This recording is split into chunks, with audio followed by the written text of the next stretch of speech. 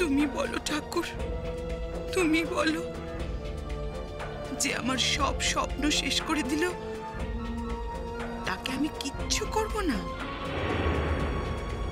যে আমার ছেলের ভবিষ্যৎটা এইভাবে নষ্ট করছে তাকে আমি ছেড়ে দেব? আমি মা, আমার থেকে বেশি ভালো আমার ছেলের আর কেউ চাইতে পারে না, কেউ না। তাই আমি যা করছি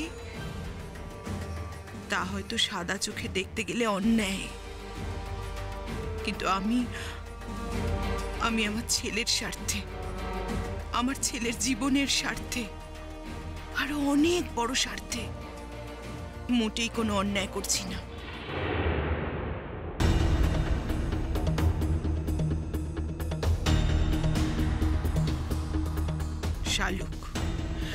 শালুক, তুমি আমার সঙ্গে চ্যালেঞ্জ করে আবার এ বাড়িতে ফিরে এসেছো।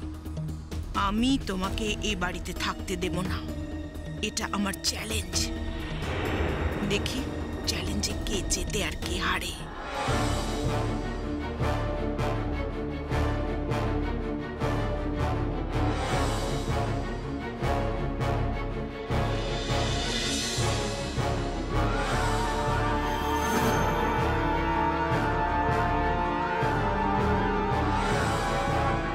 যতদিন না তুমি এই বাড়ি ছেড়ে যাবে ততদিন আমি এইভাবেই একটার পর একটা ঘটনায় ফাঁসিয়ে দিতে থাকবো তোমাকে। দেখি তুমি কবে হার মানো।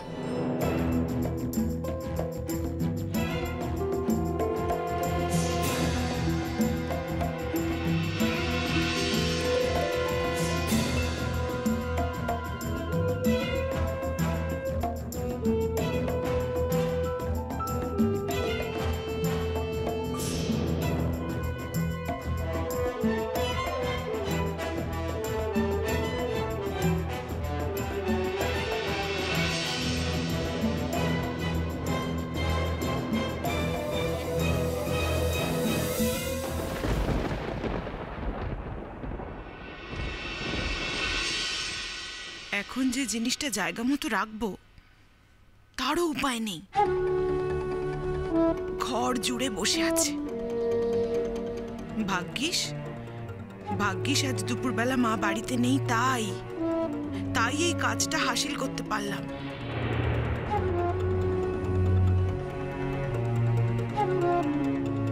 কিন্তু বাকিটা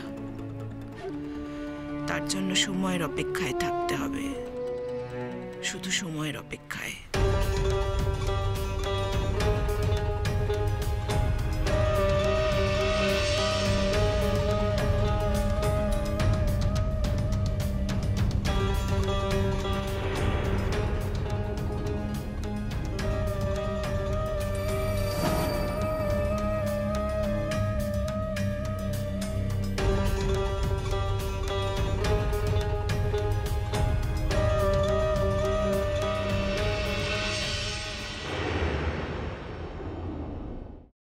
আমি এই সব কিছু বন্ধ করতে পারি, কিন্তু একটা শর্তে। তোমাকে আর দুর্গাকে আমাকে ছুঁয়ে কথা দিতে হবে এর সাথে তোমরা কোনো যোগাযোগ আর রাখবে না। শোনো, আমরা এখনো তোমার মতন এতটা পাথর হয়ে যায়নি। তোমাকে ছুঁয়ে আমি এত বড় কথাটা, এটাই আমার শেষ কথা তোমাকে। দাদা ভাই, পুতুলটা না দিয়ে এসেছি। আস্তে, একেবারে বজরংবলী আন্টির হাতে দিয়েছো তো? না, আমরা তো দরজা দিয়ে গড়িয়ে দিয়েছি।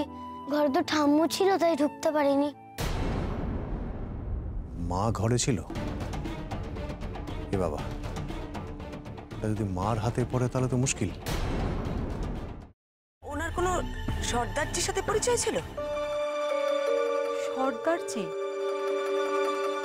না। ঠিক আছে, আমি তাও বলবো আপনারা একটু ঠান্ডা মাথায় ভাবুন। আসলে আমার জানাটা খুব দরকার। আমি তাহলে আসি, কিছু মনে পড়লে আমাকে অবশ্যই জানাবেন। আচ্ছা।